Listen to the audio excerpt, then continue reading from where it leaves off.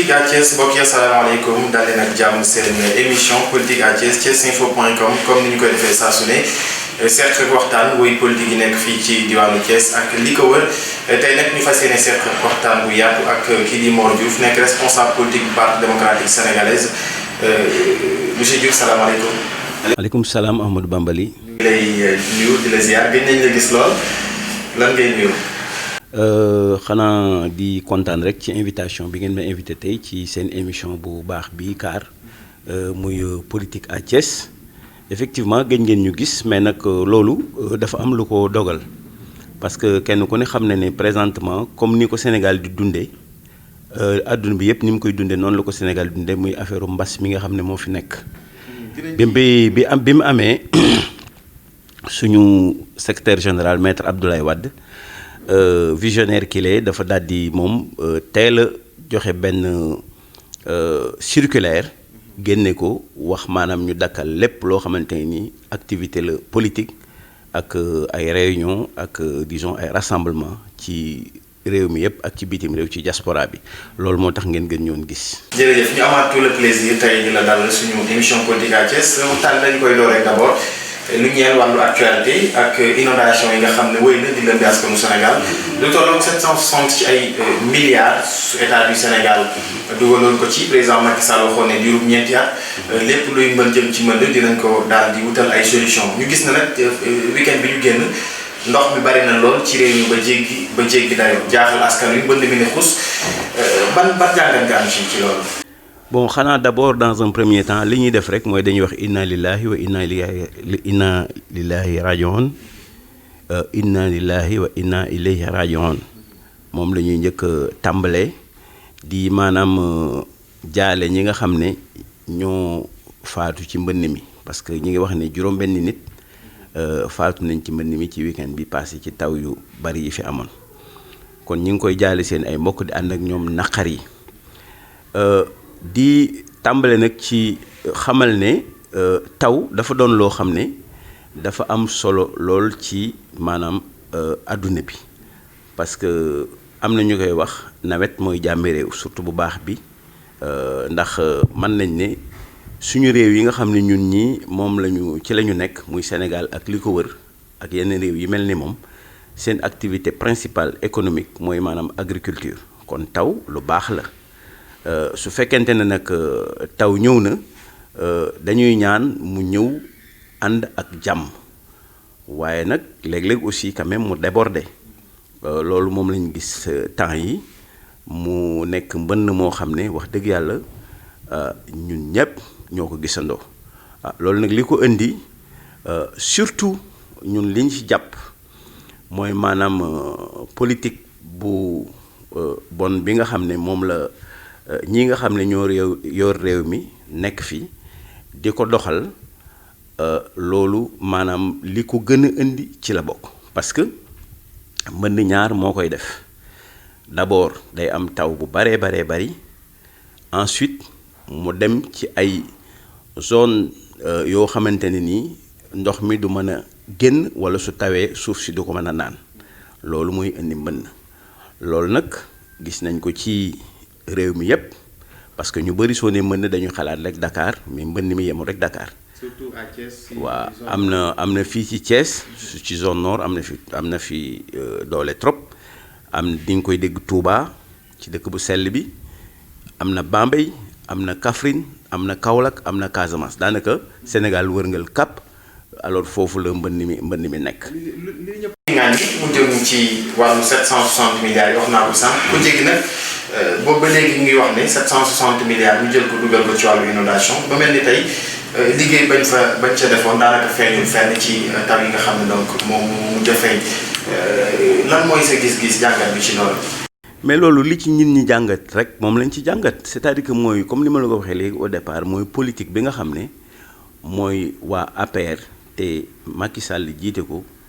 muy politique bi nga xam ne politique gu cuune la nekk fii ci Sénégal parce que loolu su fekkente ne par exemple bala nga ci wax da ngay dellu tuuti indi histoire parce que mbënn du maanaam samedi bi week-end bi passé la njëkk a ñëw Sénégal donc depuis 2012 déclaration bu siiw boobu mu waxoon ne dina am na plan décennal boo xam ne moom lay def te dina régler mbënd mi ci ñeenti at gis nañ ko mi ngi daw ci réseaux sociaux yi loolu maanaam moom la ñu jàppoon ne maanaam dina ko def su fekkoonte ne nag ki nga xam ne moo ko devancé woon muy le président Ablaye Wade mooy le gouvernement de l'alternance je pense que ne moom ñu bëri jàpp nañ ne maanaam mbënd mi daanaka réglé woon na ko presque à 80% ci maanaam politique boo xam ne moom la tegoon gis nañ maanaam politique yi nga xam ne moom la tegoon muy plan Orsec d'ailleurs sax moom la sawaay tàngalaat ba indiwaat ko ñu dugal ci fukki milliards bon waaye yaakaar naa ne niñ ko programmé nii amul solo parce que biñ demee ci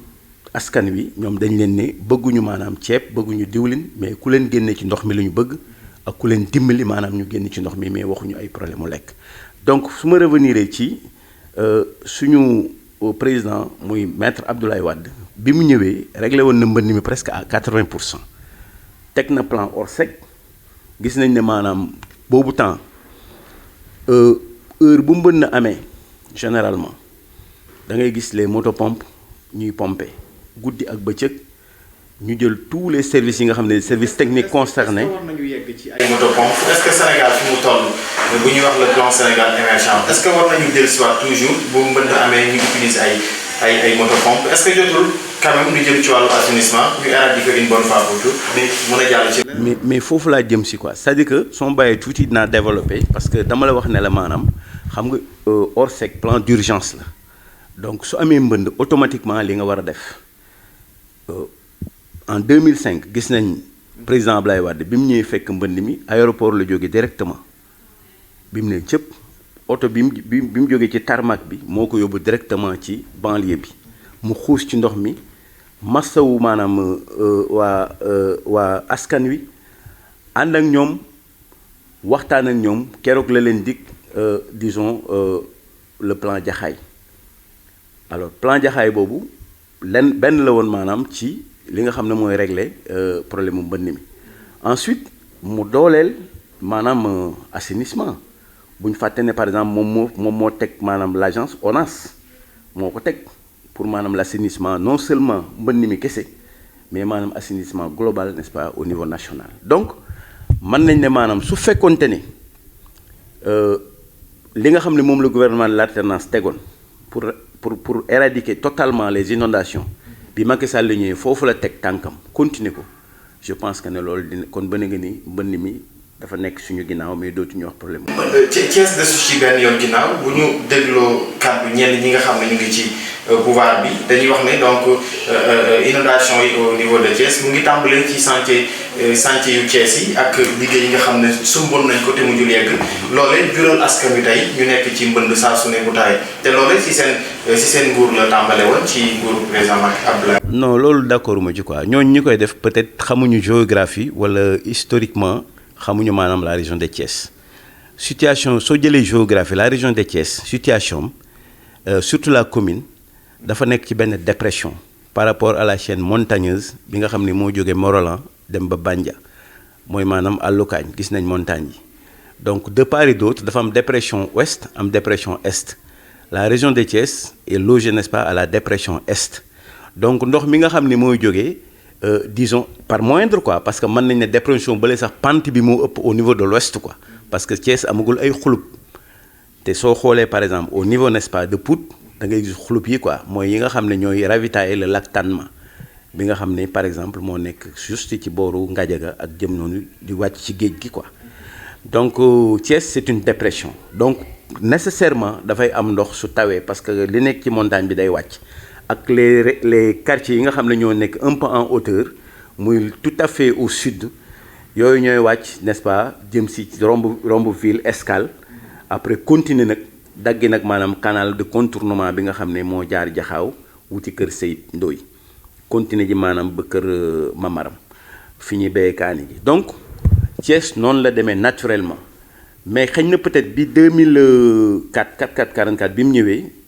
xëy na peut-être am na lu mu ci yokk parce que ñi ñu joxoon liggéey bi pour ñu liggéey fii. est-ce que jurul jàngoro ji tamit. non bien sûr moo ko jur parce que liggéey bi non seulement ça a été très mal fait mais aussi c'était inachevé donc dafa àggul woon donc loolu. liggéey boobu noonu ci nguurug Abdoulaye Wade moo juróon tey bay mu topp Macky Sall ci nguur. Non, c'est que bul ne da nga c'est-à-dire Abdoulaye Wade c'est un président de la République il délègue des pouvoirs bul ne maanaam nguur gi ci nguuru Abdoulaye Wade la nekkoon su fekkee ne da ngay indexé ñi nga xam ne wóolu woon nañ leen yëkkati alal teg seen loxo ne leen liggéey leen maanaam lii muy Idrissa Seck donc kooku la ñu war a indexé fii au niveau de Thiès tu as vu amul langue de bois parce que moom moo deful maanaam liggéey bi nga xam ne mooy liggéey bu correct mais Abdoulaye Wade li mu def moom en tant que président de la République def na ko parce que jël na nit wóolu ko délégué ko pouvoir yëkkati des milliards jox ko ne ko liggéeyal donc su liggéey bi baaxul je pense que ni waruñu ko imputer Abdoulaye Wade mais dañ ko war a imputer par exemple ki nga xam ne moom la joxoon kii. ñu wax ci leneen monsieur Diouf mu ñeel parti démocratique sénégalais élection lañ fi génn ci atum 2019 bokk leen ci élection yi parti boo xam ne. depuis 74 lañ ko créé. bu nekk nag jaaxal ñu bari. ci askanu sunu gaal rawatina nga jóge woon ci pouvoir lu toll ni élection présidentielle le parti démocratique sénégalais bokk ci ñu bari nag jàpp nañu ne maître Abdoulaye Wade bu nekkoon plan mooy jàppale président Macky Sall. looy tontu ci loolu. non loolu ñu ko wax dañoo xamul rek parce que xëy na peut-être seen xel moo leen nax ak seen xalaat mais en fait su fekkoonte ne par exemple nit ñi déglu nañ bu baax a baax maître Abdoulaye Wade kon tey nous ne serons pas ici kon je pense que ne deuxième alternance am na. bi mu ñëwee ñun ñoo ko teeru mu wàcc aéroport ñu ànd ak moom ba kër góor gi bi ñu demee mu yéeg ci tribune bi keroog il a parlé plus de presque 1 heure ou 2 heures de temps ci kaw ñun ñi ju ko yërëm mu ne bàyyi leen ma wax qu'est-ce qu'il a dit bi mu waxee discours bi bañ dugg ci affaire élection yi daf ne li mu gis moom du ay élection c'est une mascarade Macky Sall dafa ay élection il a déjà paqueté n'est-ce pas les élections. Donc est-ce que dina dem ci électeurs yi. mais ci carte électeurs yi nga xam ne askan yi nga xam ne ñoom ñooy dem voté ji. mais justement c'est-à-dire dinaa ñëw ci carte électeurs yi soo bàyyi ma àggale tuuti si dama ne bi mu waxee loolu def ne bu kenn dem voté ji loolu la joxe comme ordre man mi personnellement voté wu ma ci 2019. dans un pays démocrate. lu toll ni Sénégal ak fi mu toll ci démocratie ñu ñëw ci élection présidentielle nga sañ ne bu kenn dem voté. mais absolument su fekkee ne yow da nga dafa leer ne maanaam. mais yow su fekkoon dañu gas kàmb wala benn teen ñu ne la teen bi soo avancé da nga ciy dugg mais kooku kañ vraiment soo ci duggee xaru la moom il avait déjà parce que moom fi muy gisee ak li muy xam il est très renseigné moom maître Abdoulaye Wade donc bi mu ñëwee xam ne waa ji paqueté nañ lépp il faisait que quand même des simulacres d'élection. Automatiquement, il a donné l'ordre que personne, que Bouken votait. Il a poussé le bouchon encore beaucoup plus loin parce que dans la carte, la PV, Bouken dem élection. Mais là, nous avons mais l'histoire lui a donné raison. Qu'est-ce que Macky Sall a fait? Dans un premier temps, il n'a pas fait une révision de liste électorale. Les primo-votants, amul kenn ku ci voté. Il a confisqué, n'est-ce pas, les cartes électeurs. Il a eu 3 fichiers, n'est-ce pas, électoraux. 3 fichiers électoraux, mom la am. Ensuite, li nga xamné mom la ñu waron def lépp, toutes les conditions, n'est-ce pas, pour faire une élection transparente. Loolu lépp mom Macky Sall daf ci tek loxom. Qu'est-ce qu'il a fait? Dafa def manam simulacre d'élection. Gis nañ li ngeen gis Fouta des jeunes filles et des enfants de 10 à 14 ans yu doon voté gis nañ par exemple les bureaux de vote qui ont été installés dans la ferme de Aly Ngouille Ndiaye à Linguère gis nañ beaucoup d'irrégularités yoo xam ne déjà ak forcing bi nga xam ne moom la Macky Sall def mais le summum li nga xam ne quand même moo feesal coupe bi mooy par exemple la déclaration historique qu'aucun Sénégalais ne va oublier, la déclaration de Boun Abdallah Dionne, avant les élections, nous aurons 58%, et l'ONU par exemple 58%. Toute cette histoire-là, n'est-ce pas, cette tricherie-là, il avait sommé, n'est-ce pas, non seulement tous les militants, n'est-ce pas, du PDS, mais l'opposition globalement, que ne par exemple bu kenn dem élection parce que dem élection mooy par exemple jàppale Macky Sall ñoom nag au contraire c'est l'opposition ñoom ñi nga xam ne ñoo dem élection contredisant Ablaye Wade ci conviction yi mu amoon que ne Macky Sall day sàcc élection yi ñooñu je pense que ne su jàppalee day am Macky Sall ñoom ñoo jàppale Macky Sall. mais pas Ablaye démocratique sénégalais qui existe que de nom noonu laa koy tuddee. li tax moo di ne depuis 2019 ñi nga xam ne ñoo ngi réew mi yëpp mun nañu wax ne PDS la ñu jógee. commençant par le président de la République Idrissa Seck en tant que chef de l'opposition comme ni ko dialogue national bi désigné te ñooñu ñëpp ci parti démocratique sénégalais ñu nekkoon tey APR génn réew mi génn te loolu yëpp biir njabootu PDS la est-ce que tey loolu day firndeel na rek le PDS moom c'est un parti qui n'existe plus que de nom. non au contraire ko kañ day su fekkoon ne nit la le PDS doit marcher la tête haute parce que yow ñi nga wax ñëpp ñoom la ñu fi jógee ça veut dire que le PDS c'est une. PDS dara desatu fa. non bien sûr. Récemment le Omar Sarr également génn na créer son parti. non bien sûr dama la ne. ça veut dire que ne le PDS moom. non c'est un parti bu ñuy tudd nii rek. non dama ne le PDS présentement actuellement c'est une université pratiquement ñëpp fa lañ jànge politique mais le PDS a l'habitude n'est-ce pas de ces agressions. université bi amatul ay étudiants. non mais am na ba léegi parce que on n'est pas étudiant da ngay jàng ñu dugal la école nga am certificat am brevet am bac soog a dem maanaam à l'université donc je pense que ne Abdoulaye Wade moom li mu gën a gëm sax mooy sa jeunesse dis-moi quelle jeunesse tu es je te dirai quel pays tu seras loolu slogan la boo xam ne wax na ko waxati ko fu nekk moom jeunesse la gëm parce que wax na ne sax jeunesse ñoo koy fal de tout le temps ñoo ko fal ñoo jigéen les femmes donc je pense que ne nous le PDS nous avons l'habitude de ces agressions du ci ñii rek la commencé soo xoolee tuuti histoire depuis Fara Ndiaye depuis Serigne Diop Sadakhta depuis Idrissa Seck combien de coups bas le PDS a reçu mais les Ablaye les mais les Ablaye mais les Ablaye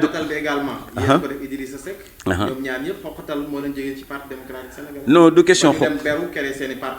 non du question xoqatal Idriss Seck il était trop pressé Macky Sall il était soutenu par des lobbies loolu ñoom ñun ñëpp xam nañ ko mais dama la ne comme li ma doon wax léegi nga dagg ma li maître Ablaye lu wax le PDS c'est un arbre à chaque coup de vent su secouer les feuilles mortes vont tomber mais si les feuilles mortes tombent day am maanaam yeneen yu bourgeonner loolu mooy PDS nous avons une majorité silencieuse partout dans le monde dans la diaspora et ici n'est-ce pas au national. lan moo tax majorité boobu noonu bu fekkee ne ni nga koy waxee noonu la amee majorité boobu lan la doon tiitaange ci dem élection. non déggoo li ma la wax nous avons une majorité silencieuse boo xam ne qu'il pleuve ou qu'il neige ñi ngi yore seen carte te du mooy mukk le PDS. Le PDS est majoritaire n'est-ce pas au Sénégal avec 38% intact jusqu'à présent 36% à 38% c'est intact. loolu ci yan élection la fay. te jusqu'à présent non élection présidentielle yu 2012 dama la ne ba léegi loolu c'est intact parce que su kenn demee wala ñaar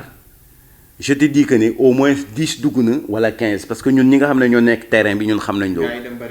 ñi ñëw ñoo ëpp fuuf quoi kooku moom leer na nañ te généralement kuy dem sa veste nga yóbbu wala sa mbaxana wala say dàll mais da yóbbaale benn militant parce que nit ñi nga xam ne ñoo gëm PDS.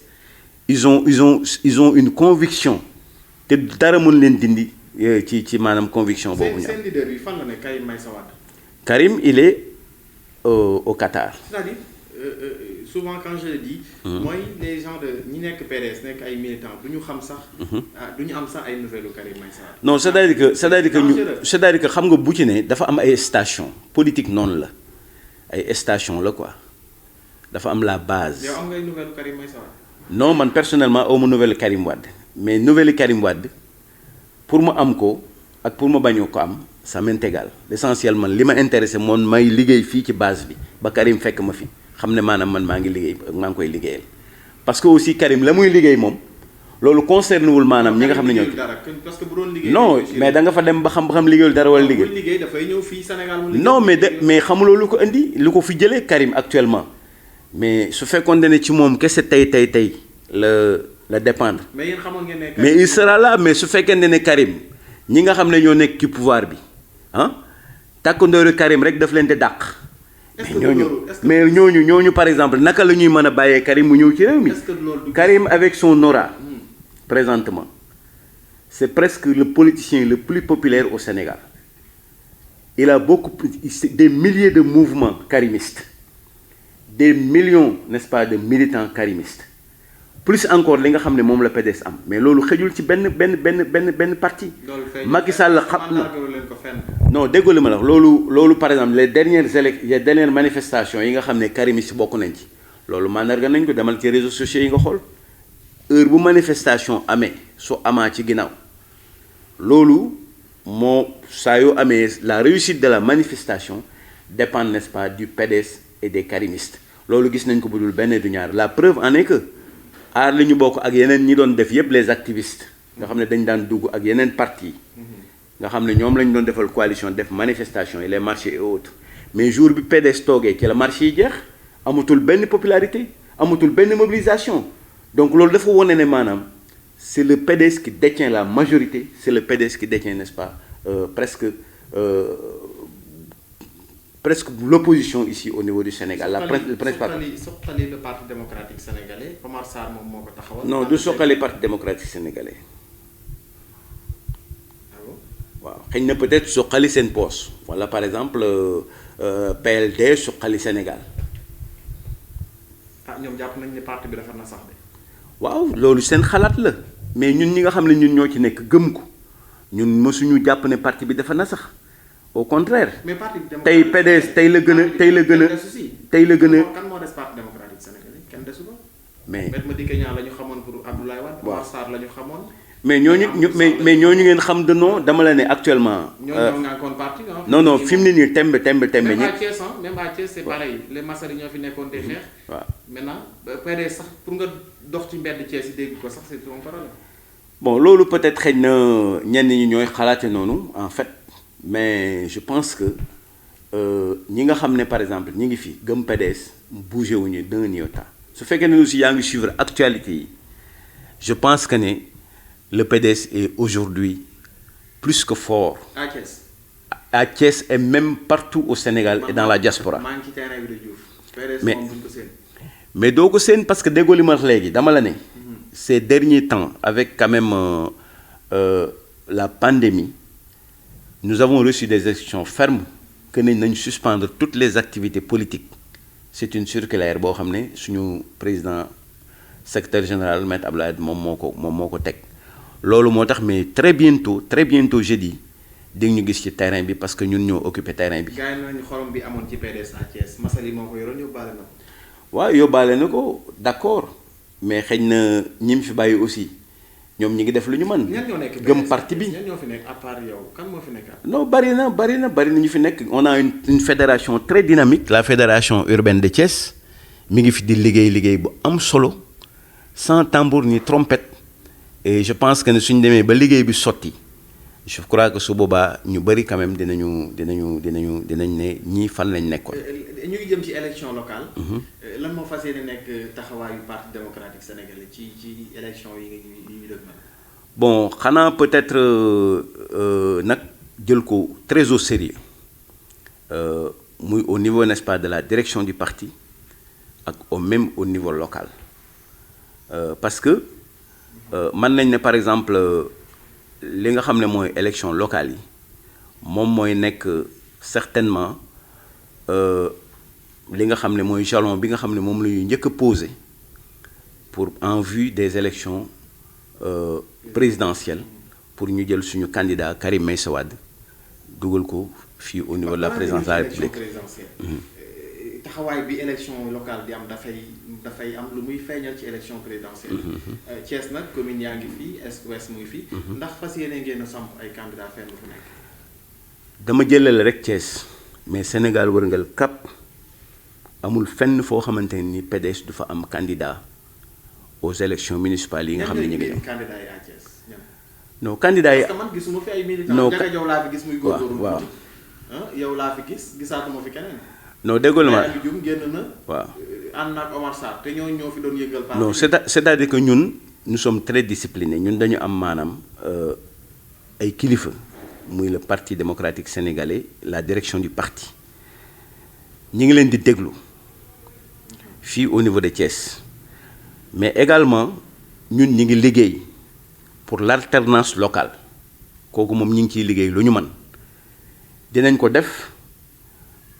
ni nga xamante ne nii mooy dans les règles de l'art et le plus démocratiquement possible. nga yaakaar ne du ngeen dem bootu ci yeneen yi fi ne. non du tout PDS kenn attanu ko ba di ko boot kooku moom amul duñ def on pourrait aller en coalition mais ñi nga xam ne ñoom ñoo fi nekk parce que dama bëgg su may wax foofu. coalition bi kay mooy ngeen bootu rek. non du ñu bootu. PDS déggoo ma ne la kenn attanu ko ba di ko boot. même ñun suñ demee coalition te loolu instruction parti bi la PDS moom mooy jiite coalition boobu benn nous irons aussi sur la bannière du PDS maanaam couleuram ci la ñuy dem parce qu'on en a assez d'aller dans les bannières des autres partis donc PDS suy dem moom képp mooy ànd wala su fekkee ne day ànd ak des partis yoo xam ne parti yi mu daan àndal la au début muy la coalition gagnante tel que Bokk Gis Gis AJ UCS dégg nga bu Baldé Bokk Gis Gis Pape Diop wala Mamadou Diop Decroix au niveau local ak peut-être xëy na yenn ñi nga xam ne élément société civile yi nga xam ne ñoom xëy na seen loxo set na ñu mën a maanaam xool leen ànd ak ñoom. mais devant le Rewmi majoritaire. non gis nga. élection bi fi jaar moom. daanaka nit toog du xalaat sax ndax Rewmi da koy gagné wala du ko gagné. Rewmi demal nga laaj leen waa PDS ñun su duggoon ko ak PDS kon Rewmi rendi nañ ko. fii à Thiès président Macky Sall góorgóorlu na Abdoulaye Wade góorgóorlu na ba sonn jëlee ko fi. waaw Macky Sall mu ngi góorgóorlu ba léegi. amago ci ndam ba léegi est-ce que yaakaar nga ci élection locale yi. non élection locale yi actuellement. Le PDS souhaite conquérir toutes les mairies des 3 communes, la mairie-ville et le conseil départemental. Nous sommes majoritaires au niveau du département et même au niveau de la commune. li ma la xaaral tuuti ma ñëw quoi. non loolu yow yaa ko gis mais man li ma gis laa lay wax parce que man je suis sur le terrain sur le terrain. Je suis un politicien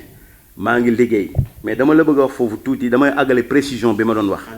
dama la ne le PDS ira seul te li ma lay wax nii du man maa ko wax mais au niveau n'est-ce pas de la fédération urbaine bi nga xam ne ñun moom lañ teg fii samp ko à Thiès fas yéene ko utiliser comme instrument de travail pour la conquête de toutes les mairies de Thiès et du conseil départemental loolu ñun fédération urbaine li ñu teg dañu wax ne ànduñu tey ak ëllëg ci élection yi ànduñu ak réew mi loolu na leer pour nga xam ko élection yi parce que réew mi ñoom ñooy pouvoir local def nañ fi ñetti mandat amul dara lu ñu fi liggéey fii ci dëkk bi non déggoolu ma mais bien sûr parce que ñoom lañ fal ñoo fi nekk mais laaj leen yan condition lañ leen fale ak nan la ñu trahir PDS ci coalition yi ñu def ba maanaam ñoom ñu toog falu loolu xëy na histoire la yow xamuloo ko mais naa la ci jox tuuti dama la ne ñun du ñu ànd ak réew mi parce que su dee nit koo àndal mu war la du ñu ànd ak ñoom tey du ñu ànd ak ñoom ëllëg loolu na leer nañ te li may wax nii c'est au nom de la fédération urbaine de Thiès qui est prête pour conquérir n'est-ce pas les mairies de Thiès les 3 mairies de Thiès et la mairie-ville et le conseil départemental donc ñoom actuellement ils ont fait 3 mandats ici muy n'est-ce pas muy le Rewmi 3 mandats yi gis nañ li nga xam ne moom lañ fi def